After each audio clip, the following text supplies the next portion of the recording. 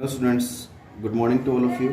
बेटा, हमारे पास जो इंश्योरेंस का जो टॉपिक चल रहा था, हमने लास्ट टाइम फायर इंश्योरेंस के बारे में पढ़ा था। फायर इंश्योरेंस क्या होता है उसके बारे में हमने अच्छे से डिस्कस किया था। आई होप आपको बहुत अच्छे से समझ में भी आ गया होगा कि फायर इंश्योरेंस होता क्या है। हमने फायर इंश्योरेंस में जो पढ़ा था, हमने यही पढ़ा था कि बेटा एक रिटर्न कॉन्ट्रैक्ट होता है, एक रिटर्न एग्रीमेंट होता है। किस किस के बीच? इंश्योर्ड और इंश्योरर के बीच, दोनों के बीच में एक रिटर्न कॉन्ट्रैक्ट होता है। और अपने जो कंपनी अपने गुड्स को बचाने के लिए, जलने से बचाने के लिए कॉन्ट्रैक्ट करती है। एक स्पेसिफिक टाइम पीरियड के लिए होता है, एक रिटर्न कॉन्ट्रैक्ट होता है। दो पार्टीज का होना बहुत ज़रूरी है। ये खाली हमें प्रोटेक्शन देता है, ठीक है। और यहाँ पर हम एश्योरेंस वर्ड की जगह हम कौन सा वर्ड यूज़ करते हैं? इंश्योरेंस वर्ड हम यूज़ करते हैं यहाँ पर। और ये एक तरीके से पर्सनल कॉन्ट्रैक्ट भी होता है, ठीक है। तो हमने नेक्स्ट टाइम इसका मीनिंग और हमने इसके फीचर्स या फिर नेचर पढ़े थे। आई होप आपको पता होगा, अच्छे से समझ में भी आ गया होगा। अभी जो हम पढ़ने जा रहे हैं वो है, टॉपिक है types of fire insurance policies. Types of fire insurance policies, ठीक है बेटा। Types of fire insurance policies, कि फायर इंश्योरेंस पॉलिसीज के क्या क्या टाइप्स होते हैं। सबसे देखो, इसके 10 टाइप्स होते हैं, ठीक है। 10 टाइप्स बहुत अच्छे से समझना। सबसे पहला टाइप आता है, वो आता है एवरेज पॉलिसी।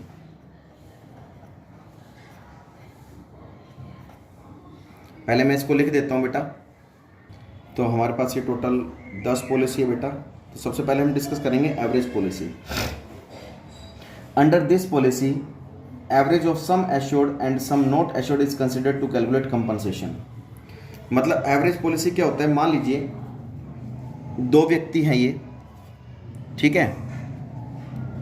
एक इंश्योरेंस करने वाला और एक करवाने वाला, ठीक है। मान लीजिए ये कस्टमर है, इसने 2 पॉलिसी ले रखी है। फायर इंश्योरेंस पॉलिसी 2 पॉलिसी ले रखी है। एक किसी कंपनी से ले रखी है और एक किसी कंपनी से ले रखी है। सेम पॉलिसी 2 ले रखी है इसने। तो जब इसका कोई माल जलकर नष्ट होगा तो बेटा उसको, मान लीजिए एक कंपनी से तो उसने ले रखी है 2 लाख रुपए की पॉलिसी, और एक कंपनी से ले रखी है इसने 3 लाख रुपए की policy. Same policy fire insurance की। अब माल जलकर नष्ट हो गया, माल तो उसका टोटल 2 लाख का ही है, लेकिन इसे 5 लाख की पॉलिसी ले रखी है। तो इन दोनों का एवरेज करके 2 lakh plus 3 lakh divided by 2, तो बेटा 2.5 लाख रुपए इसको मिल जाएगा एवरेज निकाल के, ठीक है। इसको एवरेज मिल जाएगा। ये नहीं है कि इसको पूरे 5 लाख रुपए मिलेंगे, इसको एवरेज के हिसाब से इसको पेमेंट कर देंगे। 2 lakh plus 3 lakh divided by 2, तो 2.5 लाख रुपए इसको दे दिए जाते हैं। वैल्यूड पॉलिसी क्या होती है? वैल्यूड पॉलिसी में क्या होता है बेटा, कि for such products whose value can not be decided at the time of the incurrence of loss, valued policy is taken. मान लीजिए जब उसका माल जलकर नष्ट हुआ है, किसी कंपनी का माल जलकर नष्ट हो गया और उसकी वैल्यू डिसाइड नहीं की जा रही कि इसका कितने रुपए का माल जलकर नष्ट हो गया, ये पता नहीं लग पा रहा कि इस कंपनी का कितने रुपए का माल जलकर नष्ट हो गया। तो बेटा यहाँ पर फिर पता क्या देखा जाता है? उसका ये देखा जाता है कि भाई उसको एक्चुअल में ये देखा जाएगा कि लॉस कितने का हुआ है अप्रोक्सीमेटली। अभी हम ये डिसाइड नहीं कर पा रहे कि इसका कितने रुपए का माल जलकर नष्ट हो गया। तो हम ये देखते हैं कि भाई लगभग अप्रोक्सीमेट उसका ऑन एंड हम वैल्यूड निकाल के ना हम उसको पेमेंट कर देते हैं।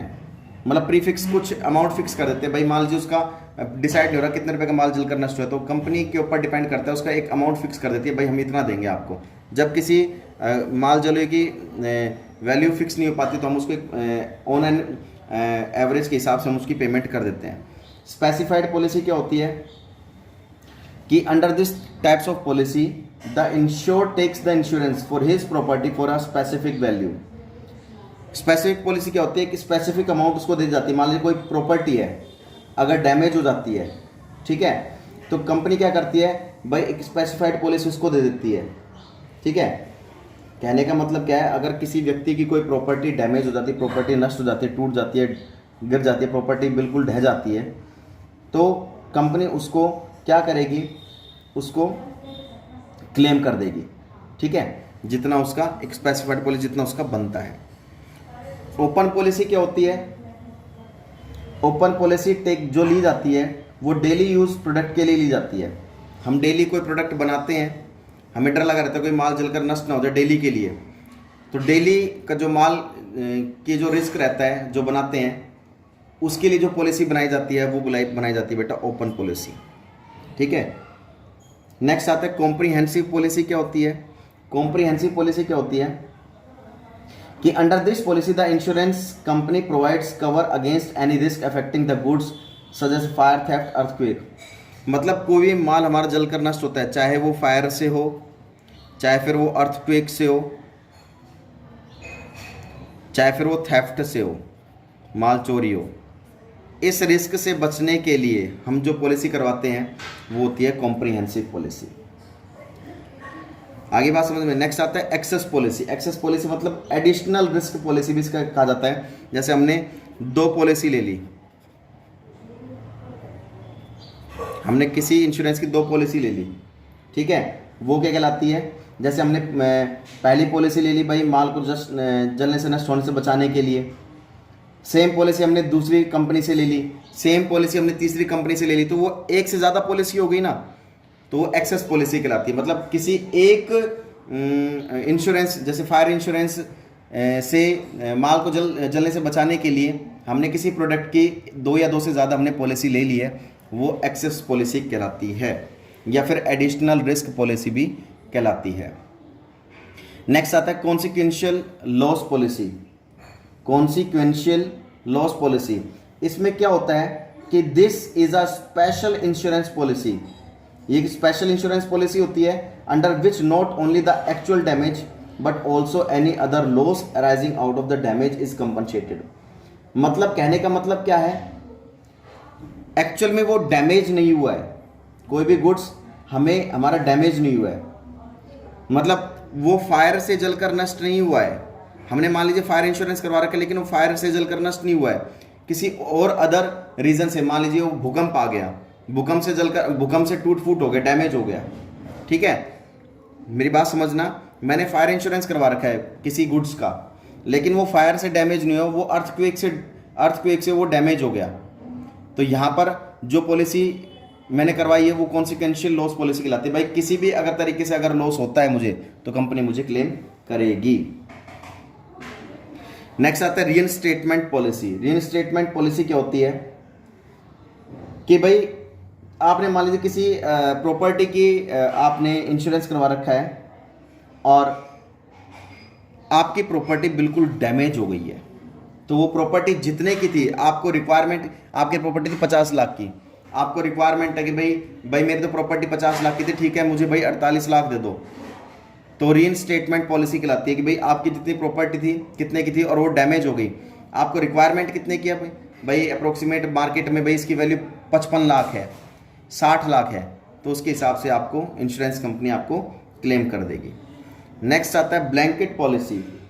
ब्लैंकेट पॉलिसी क्या होता है? When a single insurance policy is taken for the both fix and the current assets. अगर हमने करंट एसेट्स के लिए भी या और फिक्स एसेट्स के लिए भी, जब हमने एक साथ दोनों तरह के एसेट्स के लिए अगर कोई पॉलिसी लेते हैं तो हमारी ब्लैंकेट पॉलिसी कहलाती है। एक सिंगल पॉलिसी ली है दोनों एसेट्स के लिए। अब फिक्स एसेट्स तो आपको पता है land, building, plant, machinery, furniture. Current assets में भाई स्टॉक, डेब्टर, ठीक है। तो करंट एसेट्स और एक ब्लैंकेट पॉलिसी एक सिंगल पॉलिसी होती है जो हमने दोनों तरह के एसेट्स के लिए ली हुई है। एंड ट्रांजिट पॉलिसी कौन सी पॉलिसी होती है? ट्रांजिट पॉलिसी, मान लीजिए हमें एक जगह से दूसरी जगह हमें माल को पहुंचाना है, यहाँ से माल को यहाँ पहुंचाना है, ठीक है। तो ट्रांजिट मतलब ट्रांसपोर्ट के जरिए हम पहुंचाएंगे।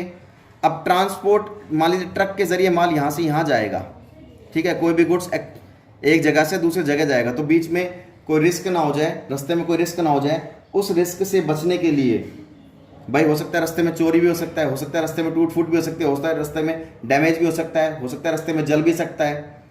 तो उस रिस्क से बचने के लिए एक स्थान से दूसरे स्थान पर माल को पहुंचाने के लिए जब कोई बीच में रिस्क होता है उसको कवर करने के लिए हम कौन सी पॉलिसी कराते हैं?